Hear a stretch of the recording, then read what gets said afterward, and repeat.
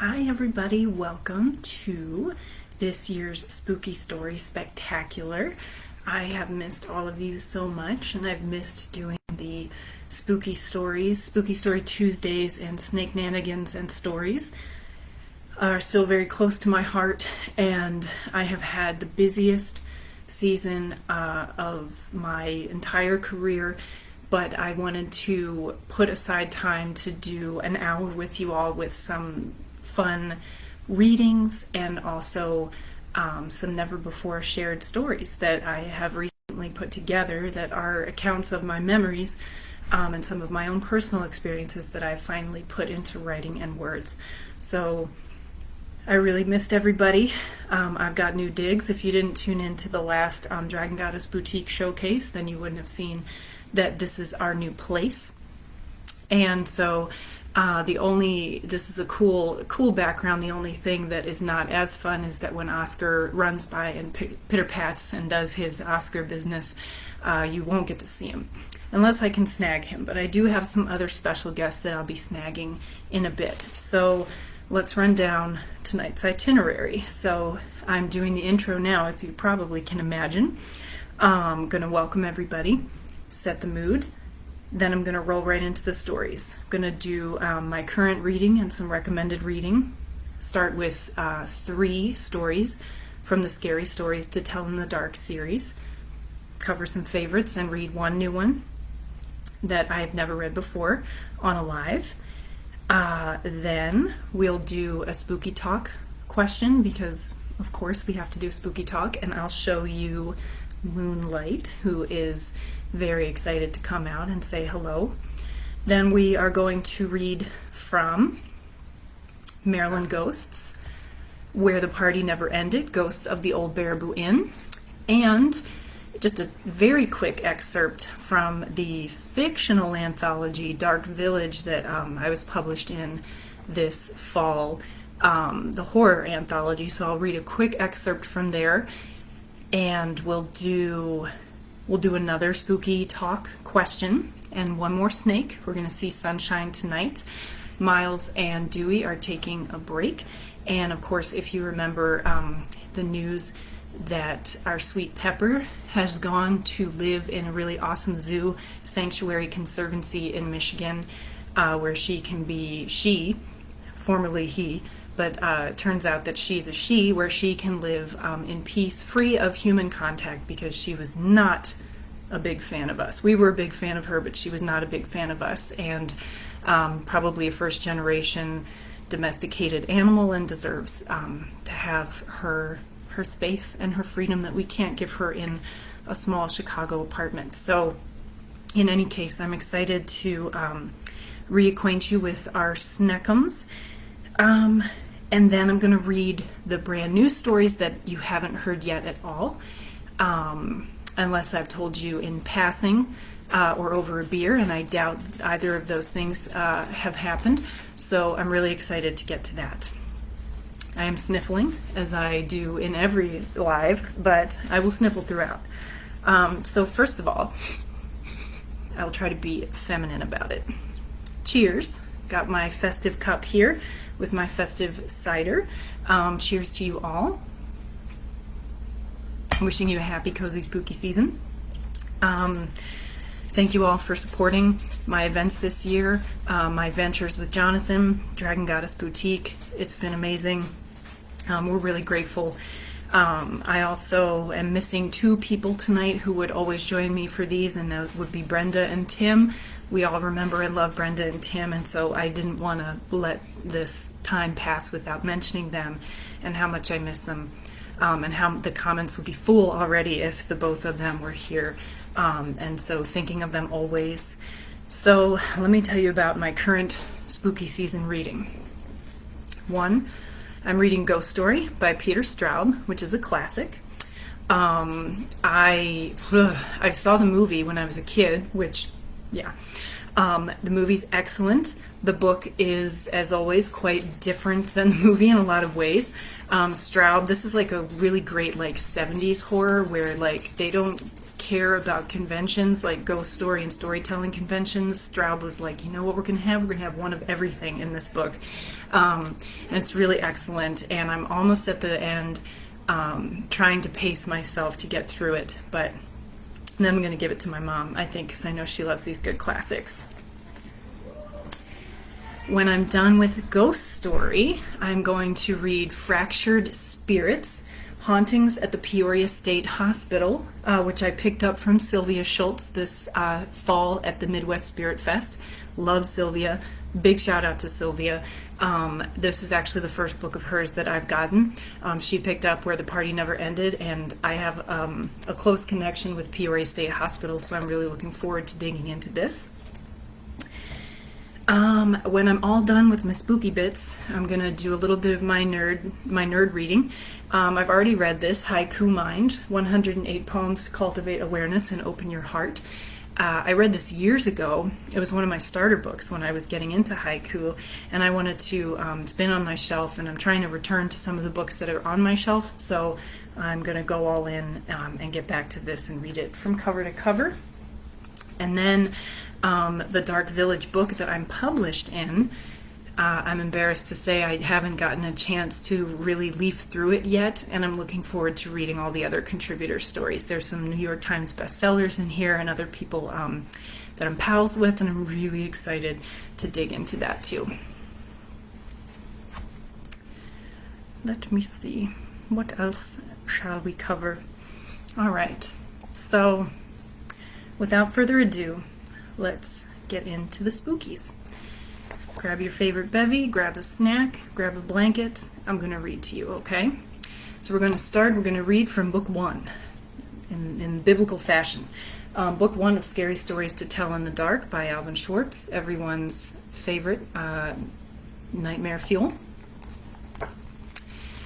And the story I chose from this one is not one that I've read in a live before. I thought it would be fun to read High Beams. And I'll show the picture at the beginning and the end. Kind of a nice little illustration there. We'll see how long I can go with having the lights off before I have to turn the lights on, because I won't be able to, read in the dark, but we'll see. I'm going to try. And hello, welcome. It's great to have you. Thanks for joining. Okay, so this is a great old urban legend. High Beams. The girl driving the old blue sedan was a senior at the high school. She lived on a farm about 8 miles away and used the car to drive back and forth. She had driven into town that night to see a basketball game. Now she was on her way home. As she pulled away from the school, she noticed a red pickup truck follow her out of the parking lot. A few minutes later, the truck was still behind her. I guess we're going in the same direction, she thought. She began to watch the truck in her mirror. When she changed her speed, the driver of the truck changed his speed. When she passed a car, so did he.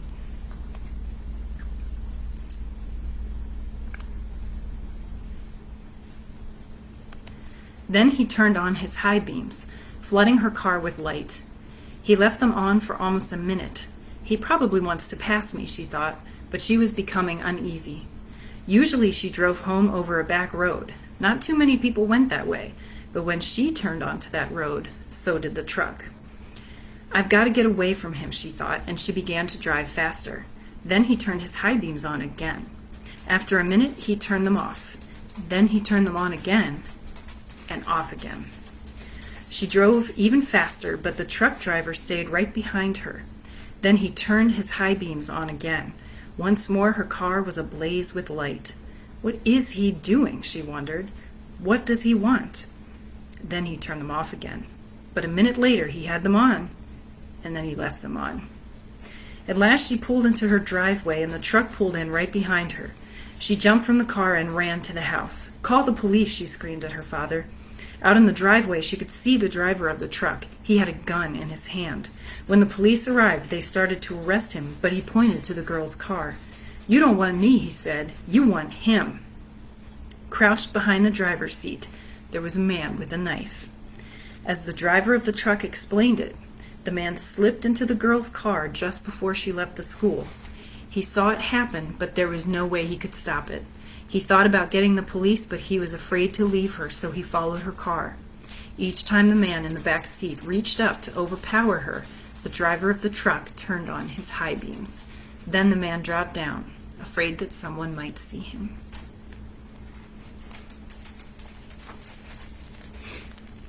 High beams. And that's Scary Stories to Tell in the Dark, Part 1.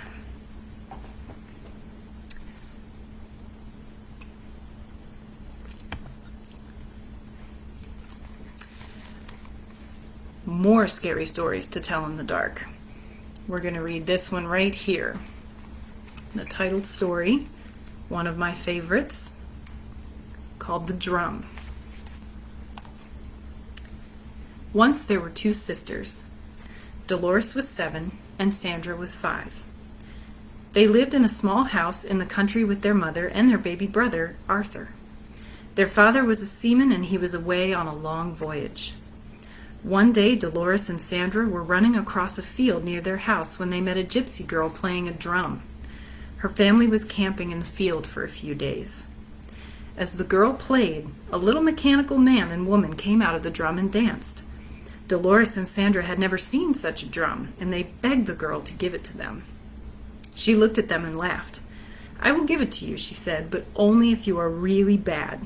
Come back tomorrow and tell me how bad you were, and I'll see." As soon as the two sisters got home, they started shouting, which was against the rules in their house. Then they wrote all over the walls with their crayons. At supper, they spilled their food, and when it was time for bed, they wouldn't go. They did everything they could think of to upset their mother. They were really bad. Early the next morning, they hurried off to find the gypsy girl. "We were really bad yesterday," they told her, "so please give us the drum." But when they told her what they had done, the gypsy girl laughed. "Oh, you must be much worse than that if I'm going to give you the drum," she said. As soon as Dolores and Sandra got home, they pulled up all the flowers in the garden. They let the pig out, and they chased it away. They tore their clothes, they sloshed in the mud. They were a lot worse than the day before. "If you do not stop," their mother said, "I will go away and take Arthur with me, and you will get a new mother with a glass eyes and a wooden tail." That scared Dolores and Sandra. They loved their mother and they loved Arthur. They could not imagine being without them, and they began to cry. "I don't want to leave you," their mother said, "but unless you change your behavior, I will have to leave you." "We'll be good," the girls promised, yet they did not really believe that their mother would go away. "She's just trying to scare us," Dolores said later. "We'll get the drum tomorrow," said Sandra. "Then we'll be good again." Early the next morning, they rushed off to find the gypsy girl. When they found her, she was playing the drum again, and the little man and woman were dancing. They told the gypsy girl how bad they had been the day before. "That must be bad enough to get the drum," they said. "Oh no," said the gypsy girl. "You must be much worse than that." "But we promised our mother to be good from now on," said the girls. "If you really want the drum," said the gypsy girl, "you have to be much worse." "It's only for one more day," Dolores told Sandra. "Then we'll have the drum." "I hope you're right," Sandra said. As soon as they got home, they beat the dog with a stick. They broke the dishes. They tore their clothes to pieces, and they spanked their baby brother, Arthur. Their mother began to cry. "You are not keeping your promise," she said. "We'll be good," said Dolores. "We promise," said Sandra. "I can't wait much longer," said their mother. "Please try." Early the next morning, before their mother was awake, Dolores and Sandra ran to see the gypsy girl. They told her all about the bad things they had done the day before. "We were horrid," said Sandra. "We were worse than we've ever been," said Dolores. "Can we have the drum now, please?" "No," said the gypsy girl. "I never meant to give it to you. It was just a game we were playing. I thought you knew that." Dolores and Sandra began to cry. They rushed home as quickly as they could, but their mother and Arthur were gone. "They're out shopping," said Dolores. "They'll be back soon." But they were still not back when time for lunch came. Dolores and Sandra felt lonely and scared. They wandered through the fields the rest of the day. "Maybe they'll be home when we get back," said Dolores. When they got home, they saw through the window that the lamps were lit, and there was a fire in the fireplace, but they did not see their mother and Arthur.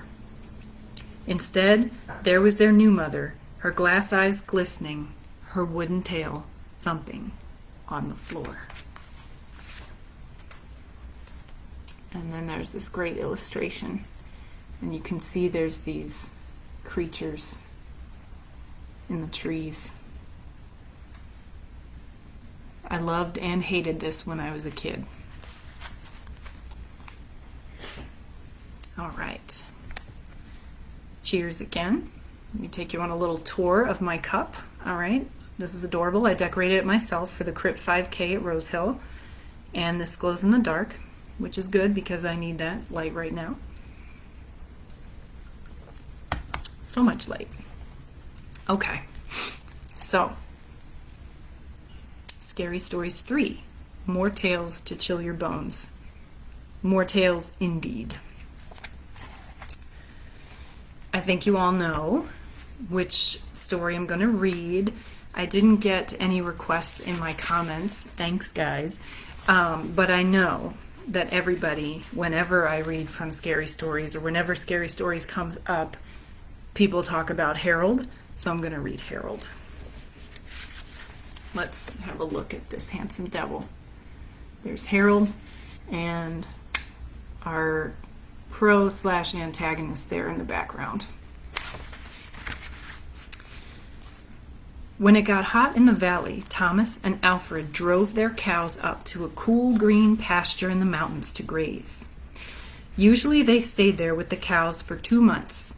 Then they brought them down to the valley again. The work was easy enough, but it was boring. All day the two men tended their cows. At night they went back to the tiny hut where they lived. They ate supper and worked in the garden and went to sleep. It was always the same. Then Thomas had an idea that changed everything. "Let's make a doll the size of a man," he said. "It would be fun to make, and we could put it in the garden to scare away the birds." "It should look like Harold," Alfred said. Harold was a farmer they both hated. They made the doll out of old sacks stuffed with straw. They gave it a pointy nose like Harold's and tiny eyes like his. Then they added dark hair and a twisted frown. Of course, they also gave it Harold's name. Each morning on their way to the pasture, they tied Harold to a pole in the garden to scare away the birds. Each night they brought him inside so that he wouldn't get ruined if it rained. When they were feeling playful, they would talk to him. One of them might say, "How are the vegetables growing today, Harold?" Then the other, making believe he was Harold, would answer in a crazy voice, "Very slowly." Then they would both laugh, but not Harold.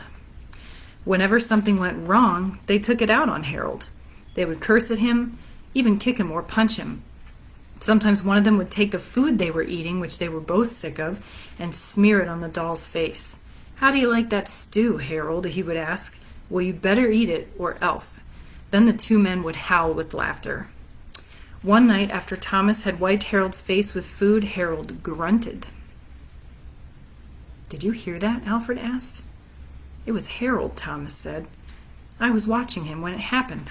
I can't believe it." "How could he grunt?" Alfred asked. "He's just a sack of straw. It's not possible." "Let's throw him in the fire," said Thomas, "and that will be that." "Let's not do anything stupid," said Alfred. "We don't know what's going on. When we move the cows down, we'll leave him behind. For now, let's just keep an eye on him."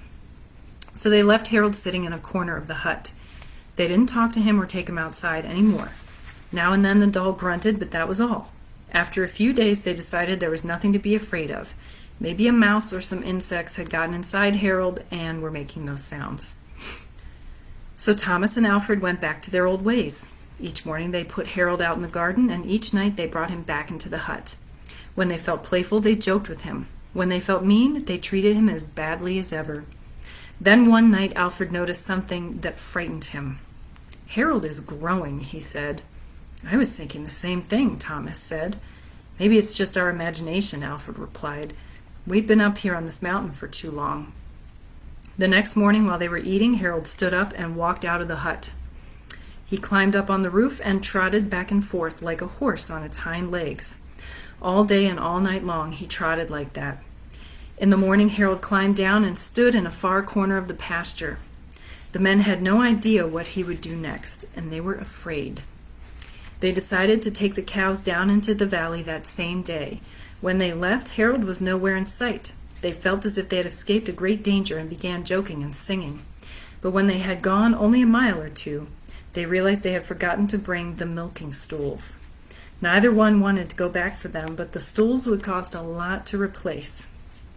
There's really nothing to be afraid of, they told one another. After all, what could a doll do? They drew straws to see which one would go back. It was Thomas. "I'll catch up with you," he said, and Alfred walked on toward the valley.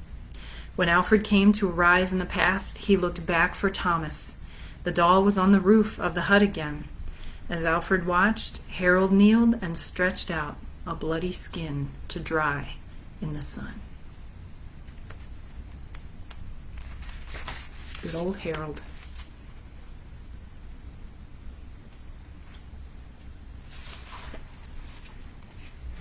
Hi, Ron. Thanks for joining. All right, this is our first intermission where I'm going to read from my Spooky Talk questions. I don't care if these are for 8-year-olds.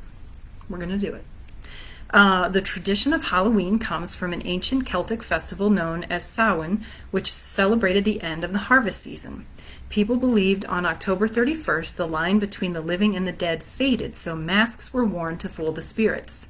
What are some of your favorite Halloween celebrations and traditions? I popped this into a question too. So what are some of you out there favorite Halloween celebrations and traditions? I know that I have always loved, just as a family tradition, just going for a drive or a walk around Halloween to see all the really cool decorated houses. Houses aren't decorated as much anymore, or maybe just in the city proper, so it's really fun to go into the neighborhoods and see everybody decorated really nicely. And I do love some candy, some Halloween night treats, and a scary movie. I think this Tuesday we're going to watch Phenomena. Jonathan picked that one.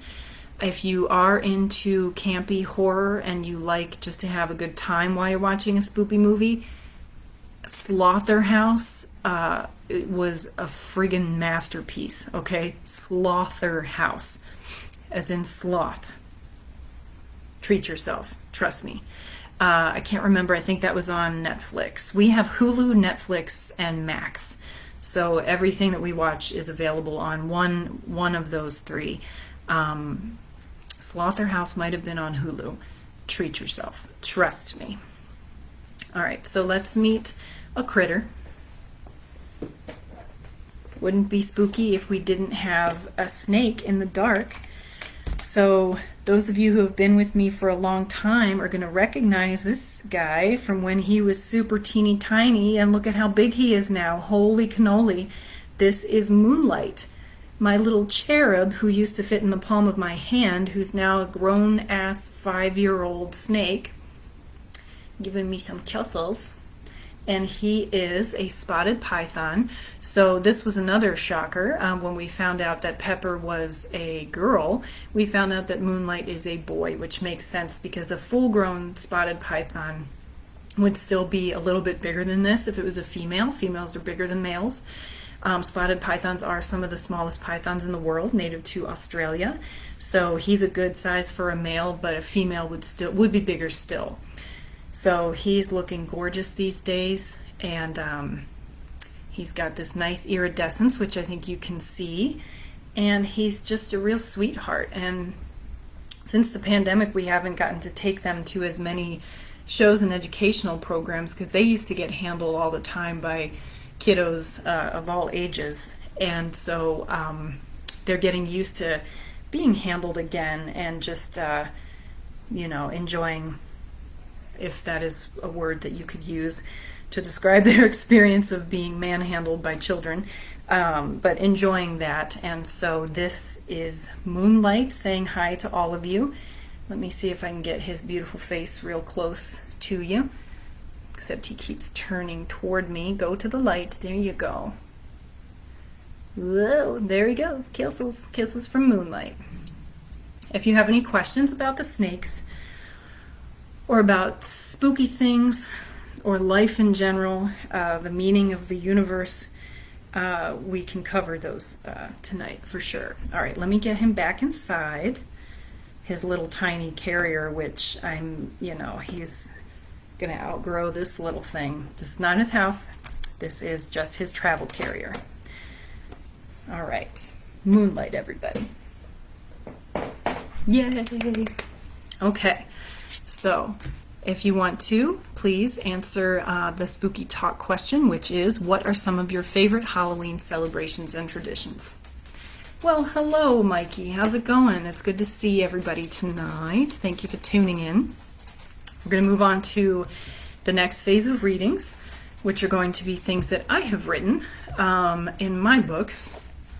So we're going to start with Maryland Ghost. This year has been a really interesting year for me and gnomes and gnome lore and small wee folk and everything related to that. Gnomes have been popping up just in just the idea of gnomes and gnomes in just it.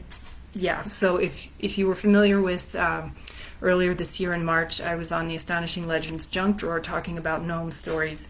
Gnomes have been in the news, the aluches or alujes in Mexico, and they just keep popping up. Lawn gnomes and ornamental gnomes and gnome exhibits and things like that just keep coming into my life. So the theme of my year has been gnomes.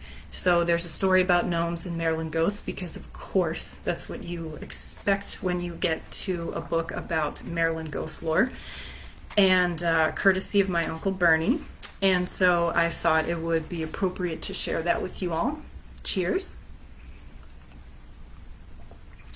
Cheers, and wishing you all a super happy spooky season.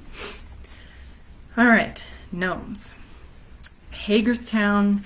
Ooh, hello. Thank you for joining. It's the man, the myth, the legend, Aftab. I mean, that's your rapper name. I'm just going to call you that. Statesville Haunted Prison. Yes. Oh man, we used to go to Dungeon of Doom. My friends, bless them, used to drag me there. I think now I would die of a heart attack. They would like bury you alive there in like, I don't know, like plastic balls, but still, that was just, the haunted. I used to be able to do that stuff when I was a kid, where we could go to like the corn maze where somebody chases you around with a chainsaw. But now I don't have the constitution for it anymore. All right, without further ado, gnomes. Hagerstown, Washington County.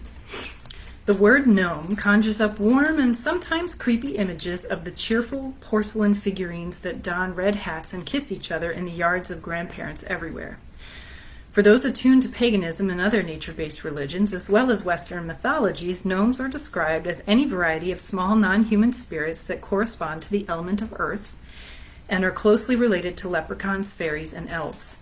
Together with other kinds of air, fire, and water spirits, they are called elementals. Each of these has its own popular prototype and fairy tale image in modern culture, but mythologically speaking, and in paranormal terms, the lines are more blurred.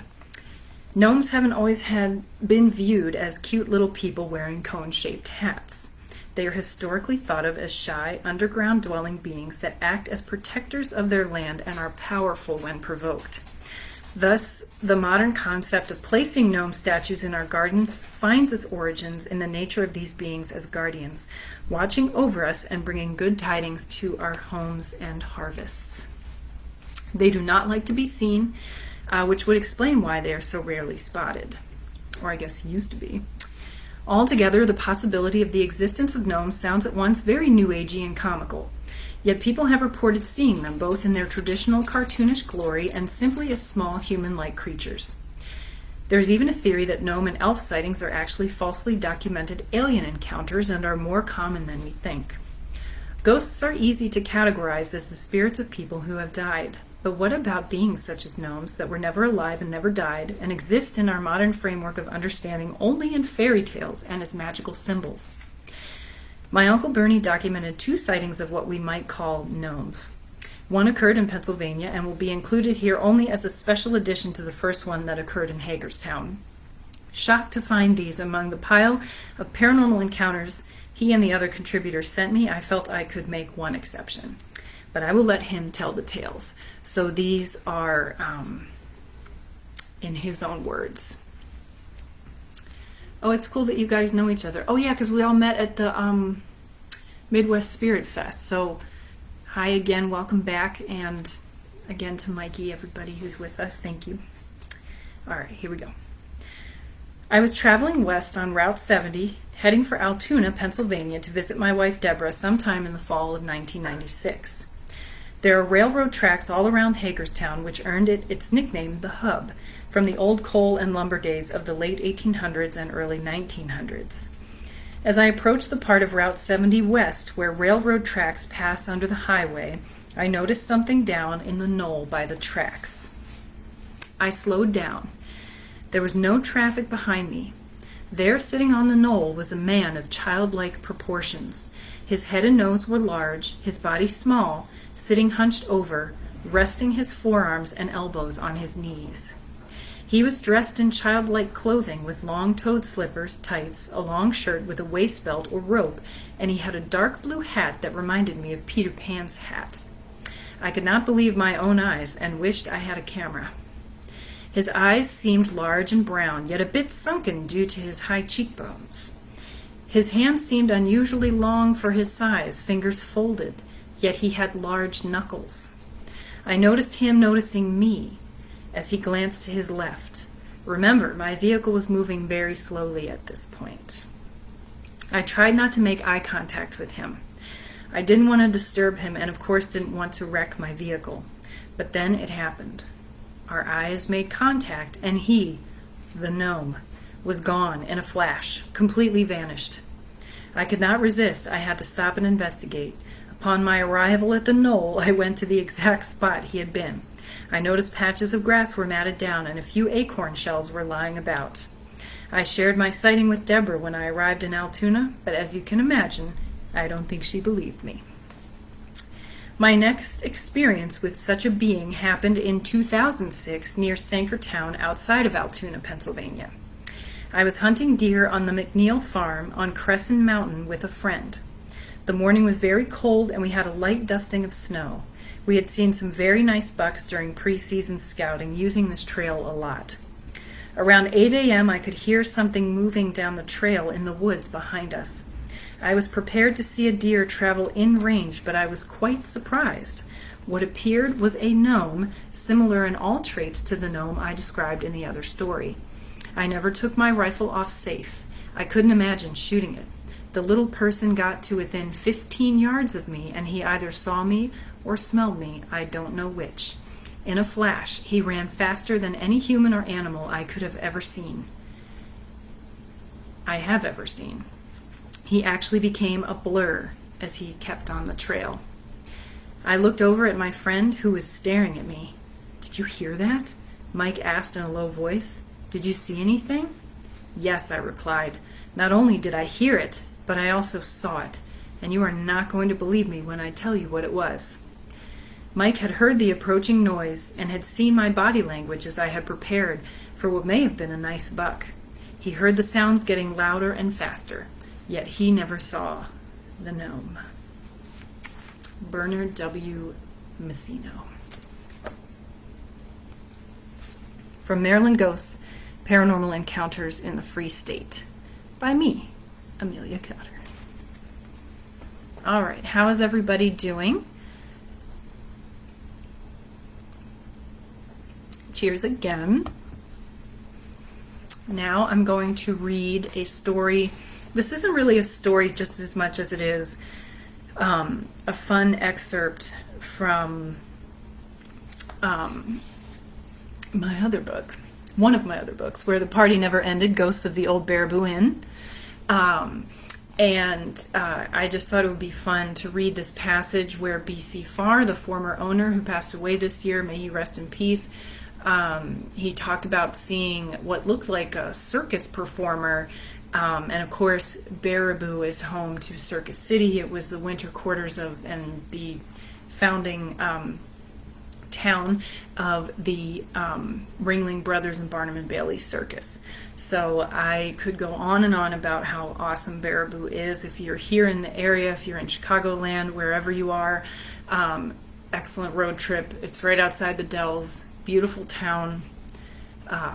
Great place to go, just like for food, distilleries, wineries, beers, and something for everybody, for the whole family, and really neat haunted places as well. All right, so this just kind of starts in the middle of the chapter.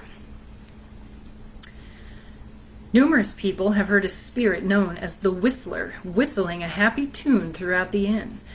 Once, B.C., the former owner, was even chased from the back bar to the front bar by a partially deflated leprechaun-shaped helium balloon after a St. Patrick's Day event.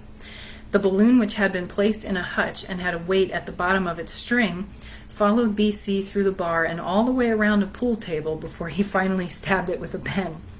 A light fixture in one of the upstairs bedrooms once came crashing down from the ceiling onto a bed without warning, and that story is told again later in the book. B.C., like many paranormal researchers, believes that the hauntings are primarily associated with untimely deaths. He even speaks of a ghost train and its lost-in-time passengers who occasionally pass through or visit the inn, deepening the romantic conviction that the inn is a portal of sorts through which many kinds of spirits are able and welcome to move through or make a stopover at. There is, in fact, a local legend in Baraboo about a ghost train, although it is not tied to any one specific train accident in the area. Interestingly, the nearby Circus World Museum houses some of the wagons from the tragic Hammond Circus train wreck of 1918, one of the worst train wrecks in U.S. history. Of the 400 passengers who were performers from the Hagenbeck-Wallace Circus, at least 86 people were killed and another 127 were wounded after the train collided with another train near Hammond, Indiana. The wreck was caused by a locomotive engineer who fell asleep on the job. It appears the ghost train legend thrives in Baraboo to this day, as over the years many people have heard phantom train bells ringing or seen gates lowering and lights flashing, then lifting and turning off again with no sign of an actual train. B.C. describes the ghost train as full of people from various time periods and planes of existence, including circus performers, cowboys, gamblers, and other forgotten faces and characters from around Baraboo and beyond, even a lonely waitress named Matilda. B.C. claims that some of the passengers from the train stop into the inn occasionally, much as they might have in life on a stopover at the nearby train depot on their journey between Chicago and Minneapolis. B.C. was working in the kitchen early one Saturday morning when he looked up from the oven and saw something bright orange out of the corner of his eye. He also thought he glimpsed a pair of legs. He whipped his head around and saw a man standing in the corner of the kitchen. And this is B.C.'s account. I looked over and there was a guy standing there, a full-body apparition with a blank death stare face. He was wearing what looked like a circus shirt. It had blousy sleeves and orange stripes with ruffles. I remember just looking at this guy, and he just looked back at me. Then he slowly disappeared. I pictured him as a juggler or riding a unicycle. He was a fairly stocky guy. Maybe he was attracted to the smell of the prime rib I was preparing. I could tell he liked it.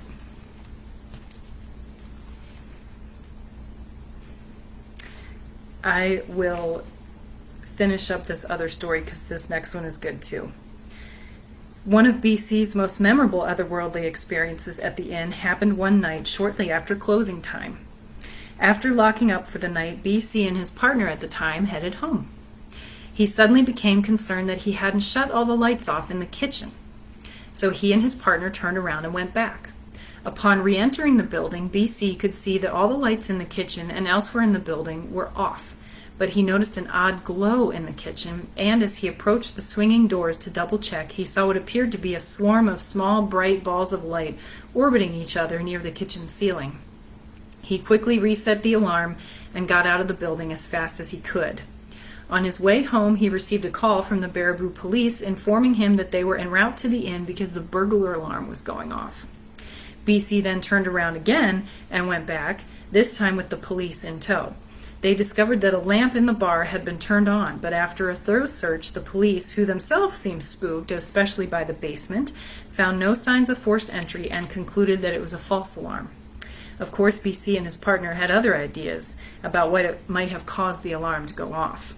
The next morning, they arrived early to set up for the day. While working in the kitchen, BC's partner witnessed a small flying ball of light zip past her face twice. BC later learned that the alarm at the inn had been known to go off previously in the middle of the night, yielding false alarms every time. In a fascinating connection with the greater town of Baraboo, BC also heard tales that sometimes other burglar alarms would go off around town around the exact same time of night, also yielding false alarms. And that is a story I have heard from other people independently of my research in writing this book, that it's this thing that happens around town occasionally, which is kind of fascinating. And Tiff, I love you too. And yes, Mikey, the Hagenbeck-Wallace train wreck, of course. And let me look at the comments real quick to catch up on all these wonderful comments. Thank you, everybody. Yeah, so Mikey, some of my favorite Halloween traditions: geeking out watching Unsolved Mysteries, yes, with their ghost episodes, new cemeteries, and then rides in the countryside. Yes, so I was talking about rides too earlier, like going for drives to look at the lights, like people's decorations, and just really getting into the spirit of everything. Because for some of us, Halloween kind of goes all year round, but there is something just so special about autumn, obviously, and watching everybody else get excited about spooky season too. So if you have any other questions or thoughts, feel free to pop them into the chat. Well, let's do our next spooky talk question and our next snake meet and greet. So, spooky talk. The Borley Rectory, a large house built in Essex in 1863, is considered to be the most haunted house in England. Documented sightings include several ghosts, flying candlesticks, and mysterious writings on the wall. All right, you guys, this is everyone's time to shine. The question is, where is the spookiest place you have ever been? Sometimes this is a hard question to answer. People always ask me, you know, what's the scariest thing that ever happened to you? What's the weirdest thing that ever happened to you? The scariest place you've been? And like, sometimes my answer will change. It depends on what I'm remembering in that moment, what I'm thinking about, you know. Like, things will come back to me. Strange things that happen will come back to me. And so that's kind of apropos for two of the stories I'm going to share tonight that are literally typed pages because they're not in a book yet, but I have finally gotten around to writing them down and recording them. I'm going to read two stories, one from Montana and one from Chicago, and both of them have spooky elements that are firmly rooted in like real live living people things, as well as like a supernatural twist. So I hope you're going to like them. Before we get to that, let's meet Sunshine. All right, big boy Sunshine. So Miles and Dewey are taking a break from the spotlight tonight, and Sunshine, who would rather be doing anything but being picked up by me, because he's a very shy boy, he is going to come out and say hello. Hi, bub. Come here, you. He is big. So Sunshine is our ball python. He's our sweet pea, our big guy. Dewey's actually our biggest now, but I don't even think he's heavier.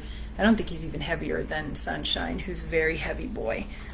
Sunshine has his beautiful broken back, so he has the kink in his spine, which is right here. Oops, sorry, sweet peas. You can't really see it that much, like right here in this light. But if you've seen pictures of him, he's got this little kink here from where his back was broken, and he's doing well. Obviously, he's had this for years. He's had the kink for probably 10 or 15 years. He's an older snake now. You know, in the wild, they'll live to be 10 or 15 years old for a lot of reasons. In captivity, they can be like 30, 40, sometimes 45 or 50 years old. These guys, ball pythons, are some of the most popular snakes in the pet trade. He's adopted. All of our snakes are adopted through the Chicago Herpetological Society, of which I am the vice president. And so I love to support their adoptions program. And, you know, reptiles and amphibians are very sensitive to exploitation, just as cats and dogs and rabbits and birds. Oh my gosh, fish, when you go into Petco and I have to not look at this, the betas and everything, you know, places like that, but all of our animal friends. So just, you know, being kind to our animal friends is never a bad idea. All right, Afterbur says that it's a toss-up for him between the Whaley house and the Lizzie Borden house. Rose Hill Cemetery is a solid candidate for me too. The mausoleum has been a place where I've experienced some really interesting things. I've never been to the Whaley house or the Lizzie Borden house. I'm super jealous. And I am hoping to get there someday. So definitely two places that are on my bucket list. So remember that our question is the spookiest place you have ever been. And it can be a whole place too. It could be a whole town. You know, Savannah was really interesting when I went there. New Orleans. And of course, and some places that I will talk about shortly. So I'm going to put Sunshine away. My partner in crime, Jonathan, isn't here tonight to help me wrangle, so I'm not going to try and hold them while I'm reading and annoy Sunshine further. But he's our dear boy. I think I was going to tell you his age. I think he is about 15 now, so he's not like super old, but he's not a youngin' either. So our babies are growing and getting older, and we've had him for like 5 years, I think. So it's hard to imagine how time flies like that. All right, let me get him back in here. Yes, St. Louis Cemetery 5, especially when they told us about how they have to like replace the way they like take all the bodies out and then put them, you know, so that they can make room for new people. And we saw like Nicolas Cage's future resting place in the pyramid that got struck by lightning. That was wild. The Eldred House in Eldred, Illinois. Ooh, that's a cool one. Yes. You don't hear that much about that as a really amazing haunt. All right, guys. Come on, go inside. Yes, yes, yes. Here we go. Oh, all right, what a good bean. All right, they're so patient with us and so kind. He's such a gentle boy. Ball pythons are notorious hiders, so, you know, in winter we just will not see him. His head will come out of his hide to take like a rat at feeding time, but everything he does, if he sheds, he'll shed completely in the hide and then push it out for us to collect like a diva. If he poops, he'll like poop under cover of night and then go right back in, and we just won't see him for like months on end. But he's a good boy. Oof. Okay, my stars. All right. So keep them coming with talking about your favorite haunted places, your favorite Halloween, or your spookiest places and your favorite Halloween traditions. I'm going to read a real quick kind of teaser excerpt from Dark Village. This is the publication that I was part of, one of the publications I was part of this fall that I'm excited about. This is a horror anthology fiction, and so it was fun for me to flex that muscle. So I will read a very short excerpt from my story, The Doorway Between. Xena slept for the rest of the day. Sometime in the late evening, she woke to the sound of footsteps approaching. She had let the door stand open in a small show of self-empowerment, and there was the vampire, filling the doorway again. It was snowing heavily behind him. He crouched down and resumed his position from the night before, resting across from her with his back against the door frame. "Zenaida," he said, shaking the snow from his black sweater, "I cleaned everything. The cabin is ready for you to return. I buried the bodies in a mound of snow near the tree line, and I found some stones to mark the graves. Maybe tomorrow you will let me show you." Xena took a moment to process what he was saying, and just blinked. "We'll worry about it tomorrow," he said. Xena was certain this was some kind of test, a trick. The vampire's demeanor was strange. Maybe in the morning she would pretend to need something from the shed, and then when he went to get it, she would run to the cabin, and get this all over with. "Thank you," were the words she chose. They stayed up half the night, taking turns watching each other while the other pretended to sleep. At some point, Phil, the vampire, began to tell a story, an old folk tale Zena had heard many times. Her mother used to read her that story from an old book, and the way he told it now was as if he was reading from those same time-worn pages. She listened to his voice and let it soothe her, overcome her, until she fell into another exhausted sleep. That is from The Doorway Between, from the Dark Village anthology that you can get on Amazon. You can get all of these books on Amazon from me at my appearances. I have my online store. You guys know the drill. This is just a great treasure. Really cool authors in here, some New York Times bestsellers, things like that. I'm really looking forward to digging into reading other stories in here as well, which I haven't gotten to yet because my reading stack is tremendous. Oh yes, and so Tiff's last ghost experience was at the Cryptological and Paranormal Museum in North Carolina, which I also need to add to my bucket list. And that's really cool. I can't wait to visit there sometime. All right, cheers everybody. We're going to wind down now into the last part with my last two stories. I did want to say, so there's some other fun things coming up. I have 2 more events coming up this spooky season. Actually, a little bit beyond that. Both of them are in November. I have a poetry workshop next Sunday here in Chicago at Cuddle Bunny. And then the Fox Lake District Library out in the burbs. That's going to be on Saturday, November 18th, 19th. Let me go to my own website to find out. And then I also have a few newspaper interviews that I'm excited to see come out, and some podcasts and things like that we'll see. That's going to be Saturday, November 18th at 11 a.m. The program is free. If you're in the area, please come out and join us. I'll be doing monsters, fact, and folklore. And yes, I have been to Salem. And yes, I love Salem so much, and I want to take Jonathan so badly because he would just dig it. He would super dig it since he's into magic too. So it's like between the two of us, Salem is a place we need to get back to. But yeah, so, and then this Sunday on Paraflix, for those who subscribe, or you can even do a free trial, there's a show called Our Paranormal Journey that's going to be featuring an episode about the old Baraboo Inn. Always cool to watch anything about the old Baraboo Inn. They are doing an investigation there. You'll see a glimpse of me as well as the book.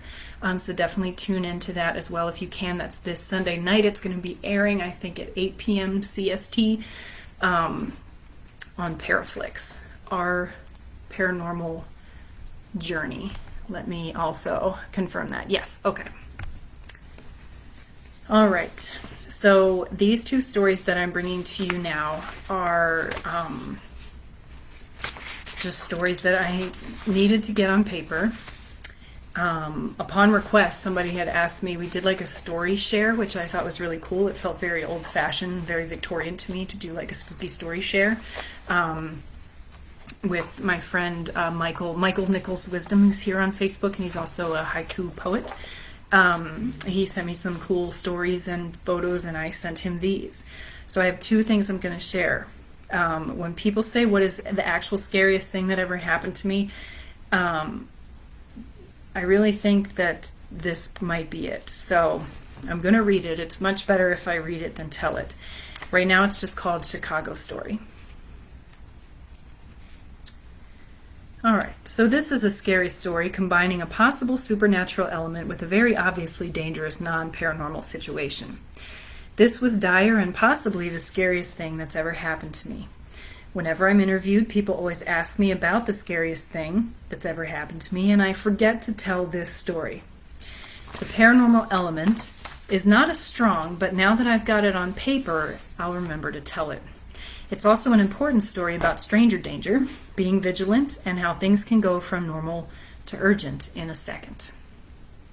This happened in 2014 in Chicago, at the intersection of Chicago and Halsted Avenues, where that big row of silos looms over the street as you drive away from the lake heading for points west of downtown. When I was a ghost tour guide for Chicago Hauntings, my ghost bus driver, Wendy, shout out to Wendy, would drop me off at the CTA bus stop at Chicago and Halsted Avenues after our tours so I could catch my bus home. She would then drive the ghost bus back to its garage on Halstead, pick up her own car, and head back to the suburbs. I lived in the city near Chicago on Western Avenues in Ukrainian Village. Ghost tour evenings would be long evenings, and I would be very tired by the end of the night, around midnight or 1 a.m. Wendy dropped me off on this chilly night. Sorry, I lost my place because my phone went off. Wendy dropped me off on this chilly Saturday night in September, just like she did every other night. As I approached the bus stop, I was relieved to see a man sitting there on the bench, so I wouldn't have to be alone. There was a street light shining on the bench, which provided some light, and I remember this guy was reading. He could have had a book light or a Kindle or something, but I distinctly remember him being a big older guy with a ponytail, wearing a long dark trench coat or a duster, reading a book alone at the bus stop at midnight. But he wasn't what was threatening. I was usually actually glad to see a man if I was out late and I needed to wait for the bus or the train, so I found the sight of him kind of amusing and also comforting. It's important to note that I was wearing a hooded sweatshirt, jeans, and tennis shoes. I did not look fancy. It was chilly, but I was not uncomfortable, just ready for the bus to come get me because I was very ready to go home and get in bed. We were the only people around, and no cars passed by us for a while, which was odd. It was Saturday night during prime time party time in the city. I didn't think much of it, though. I just had my earbuds in when suddenly a large black SUV came speeding up over the hill on Chicago Avenue going west and came to a screeching halt about 150 feet past us. The back passenger door opened, and I heard a man shouting, obviously very drunk, "That one, her. I want her." I couldn't hear the words the other people in the car were saying, but I could tell they were arguing because he kept shouting more and more belligerently, "No, I want her. Let's go get her. I want her. She's mine." Even as I read this, it's difficult for me to process how close I came to being kidnapped and possibly trafficked or God knows what else. I became aware instantly that this was an emergency, but it was so bizarre and out of the blue, I had absolutely no idea how to react. I took out my earbuds and thought about getting ready to run. But where? The intersection at Chicago and Halstead doesn't have many businesses or bars that are open late. It didn't at the time. And so there was nowhere in the immediate area for me to duck into for help. I dialed 911. No, Oscar Beer. I dialed 911 on my phone. But otherwise, I honestly wasn't sure what to do. There's fight, flight, and freeze, and I froze.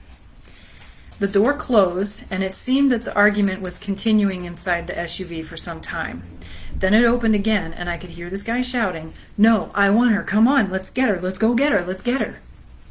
My heart was pounding hard enough to have a heart attack, and I glanced the other way down the street to see if the bus was maybe, hopefully, please dear God, coming, and it actually was. At the same time, I saw the guy in the trench coat out of the corner of my eye, just reading his book calmly, as if nothing was happening. I looked back at the car, where they were still arguing over whether to take me away or not, and by an absolute miracle of the gods, the bus crested the hill, the guy shut the door in the car, and they slammed on the gas and drove off. In the moment it took for that to happen and for the bus to pull up, my friend in the trench coat, who was still reading and not even looking up, casually asked, "Good thing they drove off, isn't it?" And I had this immediate, almost comical impression that he was packing like a gun or a samurai sword or something underneath of this duster that he was wearing. He had this cheeky expression on his face like there was never anything for me to worry about, and I had this intense feeling that he was not a real person, which sounds strange, but that he was like a guardian or that he was someone or something who was there to protect me. So once we got on the bus and I felt safe and I got situated, I looked up to see where he sat down and he wasn't there. So I was still so badly shaken and afraid that it wasn't over yet that I didn't stop to really think about him at the time. I was still thinking I was in danger because the SUV could just easily stay on Chicago Avenue in front of the bus. and then just wait until I got off and then get me. So it struck me as odd because I was wearing this sweatshirt. I in no way looked appetizing, but you know, maybe that's the profile of people who do this, is like to pick somebody who is unassuming and, you know, doesn't stand out. So in any case, I pretended to call Jonathan. It was too late to be calling people. I pretended to call Jonathan. We weren't living together yet at the time. We were like new. I think this was like mid 2014. I was pretending to talk to him when we got to my stop, Oakley. I got off. I pretended to talk loudly on the phone, like I said, and then when I got to the apartment door, it was like I just bolted into the house, and it was that thing like that old episode of Seinfeld where Jerry's like, "Do you ever pretend like you're being chased when you put your keys in the door?" And I had that feeling like I had to get the keys. I couldn't get the keys to open the door fast enough. So it never occurred to me. I never called the police. There was nothing to really tell the police. I didn't look at the license plate, nothing. I blanked. I was completely, if you live in Chicago, you know the police aren't always, they deal with so much stuff that they're not really a resource when something like this happens because it's happening constantly. And so I don't know what happened, if those guys were just drunk and went home, or if somebody else was taken, and so I try not to think about it, but sometimes I do. At the very least, for myself, when I told Wendy that this happened to me, she told me she was never going to let me wait for the bus alone again, ever. So from that point forward, she would pull over on Halstead, and she would wait with me in the Chicago Ghost Tour bus until the regular CTA bus came. Then I would jump out, and she wouldn't drive away until she saw me get on the bus. And that was also my last full season with Chicago Hauntings. And now I live in Lakeview, where we run into other kinds of trouble. But I'm grateful. Sometimes I pass that bus stop, in an Uber or something, or, and I think about that story every time. And I think about those guys and just hope that maybe it was all a sick joke, or his friends got their drunk asshole friend home that night and never went out with him again, or something. You know what I mean? So, all right. Last story. This is called Montana Story. As you can see, these are still major works in progress. Let's see. So, let me see. There's a lot of exposition in this. I want to get straight to the story. So in 2010, I took a trip to Montana with one of my besties, Sarah. We hiked. We did like backcountry hiking and camping by ourselves. I was really proud of us. We were very brave girls, and we had a gay old time.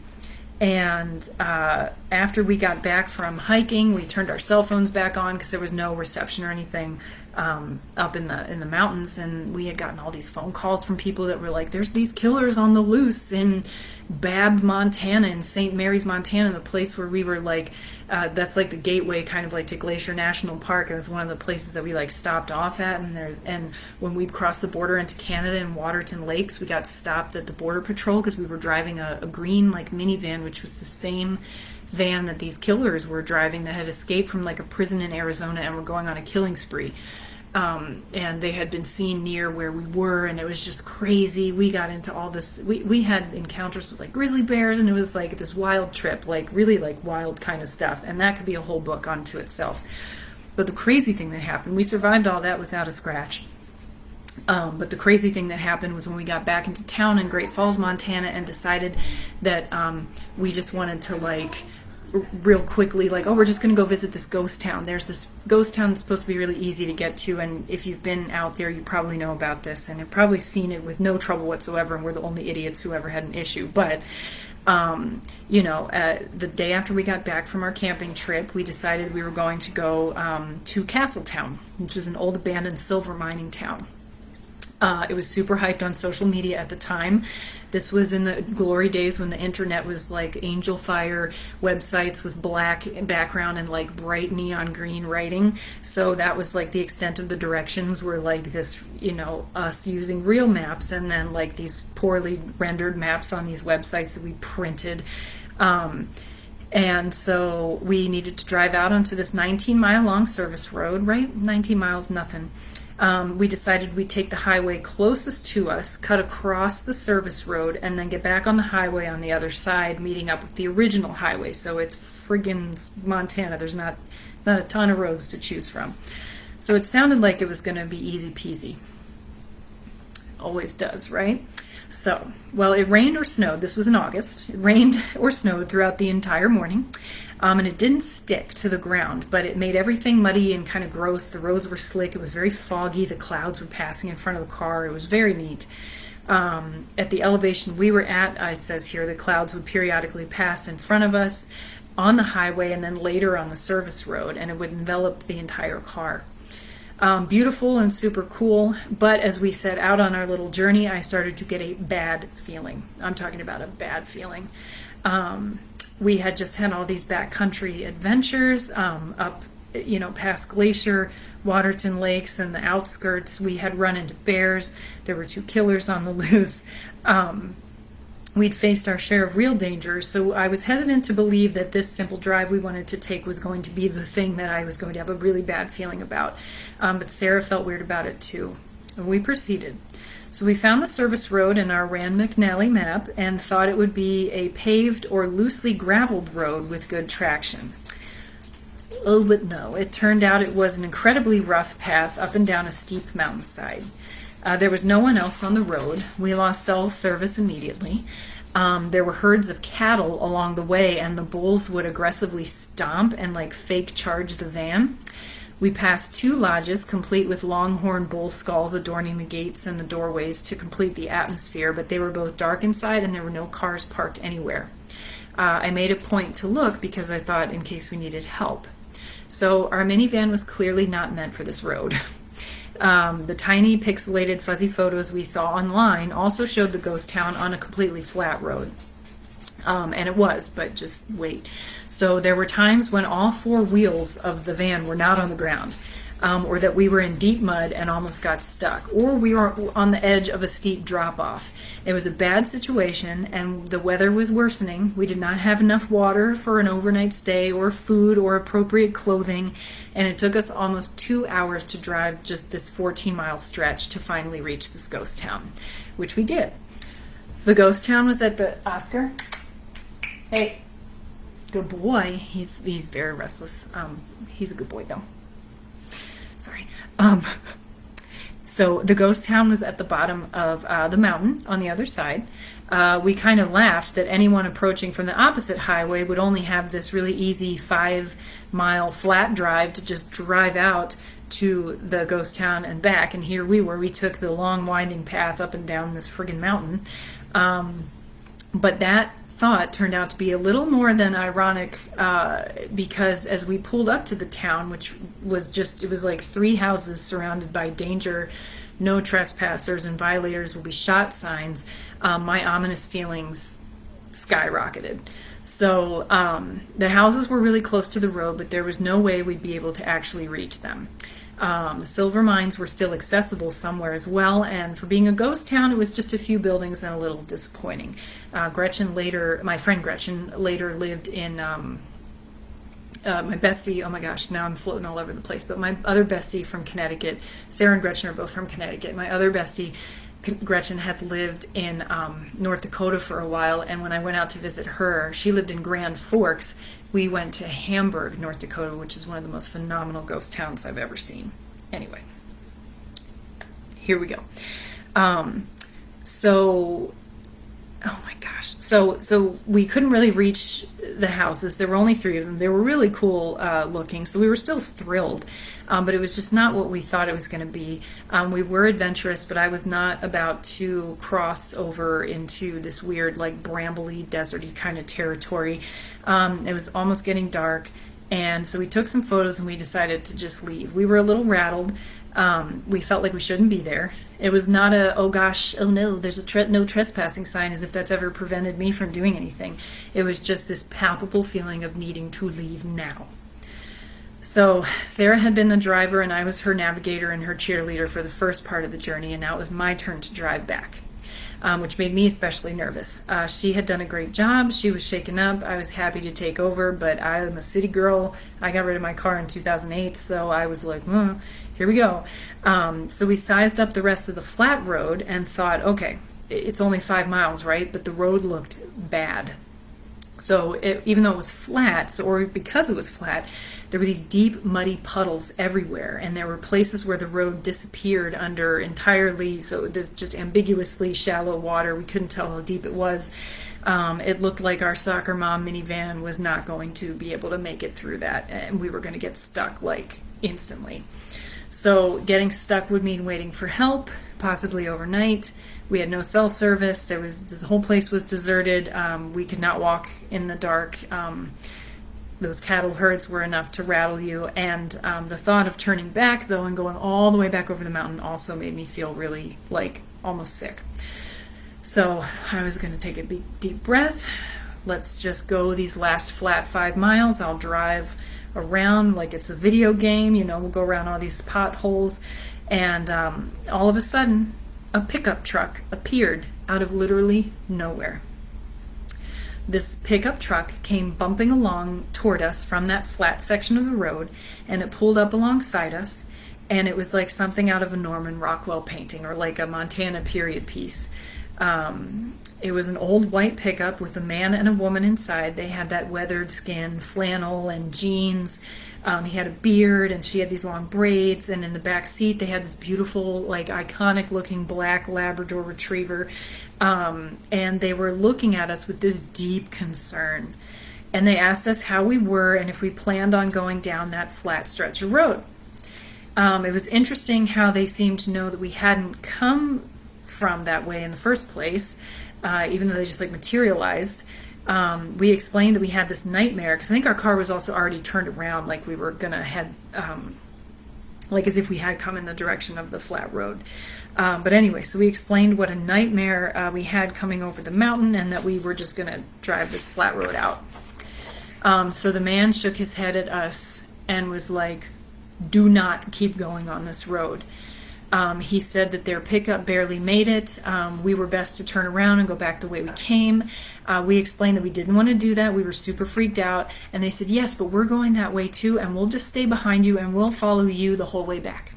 So gives me chills when I think about it. Their pickup truck didn't have any mud or any splash marks on it or even a drop of rain. It was like picture perfect. So in my heart, I knew they were right. I was certain that we wouldn't make it off that service road if we went those last few miles. I had just all of my anxiety coalesced in that moment of fear and certainty that we should not keep driving down that road and that we should go back the way we came, even though that seemed like the stupid thing to do. So we nodded, we thanked them, and we turned around, took a deep breath, and we started back. And they said, we're going to follow you. We're going to stay right behind you. So we knew which parts to anticipate were really bad, and just having them behind us made us feel safe. So we got a nice head start back up the mountain. We kept a certain pace in order to go forward because it got really steep. It was really slippery, so we had to like kind of gun it a little bit in our mom van. And so the truck was directly behind us for a while, and then it tapered back a little because it's a pickup truck. And then I was concentrating so hard that we stopped. We didn't see it anymore. So there was a point where we reached the top of this mountain where you could see the whole road zigzag all the way down to the bottom, kind of where it finally flattened out. And the pickup truck was nowhere to be seen. There was no place for it to go. There were no blind spots. It was gone. It had vanished. I momentarily thought that maybe they turned around after all and went back because it was really, it's a pickup truck going up these steep hills. But you could literally see like a very long way, and there was just no way that they would have time to just like turn around and speed back out of there. So we continued and just kind of assumed, because we were preoccupied, that the truck was somewhere behind us, and the reassurance that it was there or kind of, still there somewhere aided my confidence. And we did it. We just went. We went all the way back and got out just before the sunset. Next to the entrance to the service road in this tall yellow prairie grass, there was a beautiful antelope laying down in a very relaxed pose. It looked right at us, and it seemed to pose for our cameras as we took one last shot and got the hell out of there. So the second we got back onto the highway and were safe, nearing civilization, we were talking a mile a minute. Sarah was sure, even though she was not paranormally inclined, that those people and their dog were, again, that MFer in there is not real, right? That they were not real. They were not living people. They were like our guardian angels. I don't use that term lightly. But I felt that in my bones, that something would have happened to us on that road if they had not intervened. So if they were spirits, I didn't sense that they were victims of a past accident, or that they came from like the silver mining times or anything like that. It just seemed like they popped off a movie screen, and they were the type of people that we needed at that moment in order to like trust what they were telling us and be comforted and distracted from what we were about to do, which was drive out on that 5-mile service road and have bad things happen. So I've always wondered what would have awaited us otherwise, and when I think about it, I get visions. For some reason, I think about a mountain lion. Not sure, I mean, not that that's feasible, it's very feasible, but like the strong image of a mountain lion would pop into my head when I think about what could have happened to us on that road if we had stayed or gotten stuck overnight. We definitely chastise ourselves, given how responsible we had been about our camping and hiking trip, that we were very naive to kind of go sort of rashly and haphazardly into this service road trip without thinking about like the topography. And lots of people visit the ghost town and don't report any issues, yet we had this really serious situation that contributed to this sense of dread and chaos. So, yeah, that's it. Let me see. So, what else did I write? I've wanted to get this story on paper for a long time, and will never forget those people or their dog or whoever they were. And we only spoke for about 30 seconds, but I still have I remember exactly what they looked like. I don't remember what people I dated looked like. I remember exactly what they looked like, and that I had very warm feelings for them. So thank you to those strangers, whoever they were or whatever they were. So it's 7:17. That's my lucky time. Thank you. Thanks, Amelia. You know how much I enjoy these readings. Thank you for coming to this reading. I thought we were going to breeze through an hour, and of course I always go over time. But thank you all for sticking around. If there's any more questions, or if people have any more comments about my questions for you for the evening, which is, where's the spookiest place you've ever been? And what are some of your favorite Halloween celebrations and traditions? Just drop them in the comments. I'll monitor the comments even after this is over, because I'm going to be checking this,